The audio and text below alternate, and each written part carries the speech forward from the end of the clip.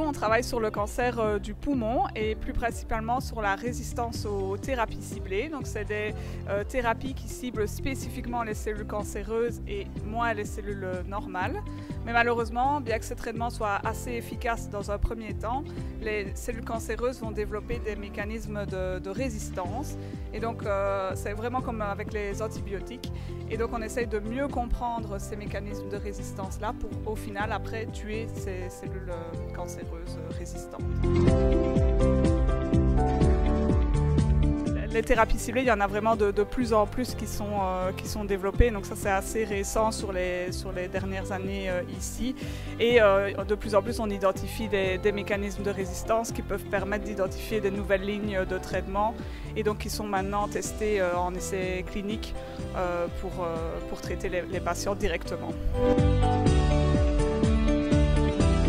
Notre projet de recherche à l'UC Louvain s'intéresse sur la résistance aux thérapies ciblées anti-EGFR dans les cancers TT-cou.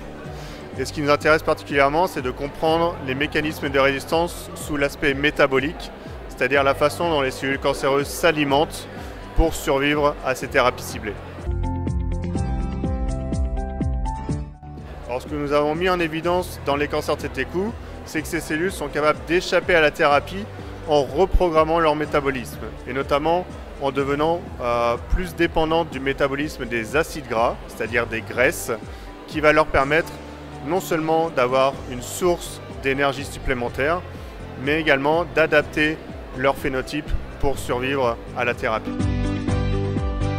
Donc maintenant, les prochains objectifs dans l'année, c'est de mieux comprendre l'origine de ces cellules, à savoir est-ce qu'elles sont préexistantes dans la tumeur d'origine ou est-ce que c'est le traitement en lui-même qui va changer le métabolisme des cellules et changer leur comportement vis-à-vis de la thérapie.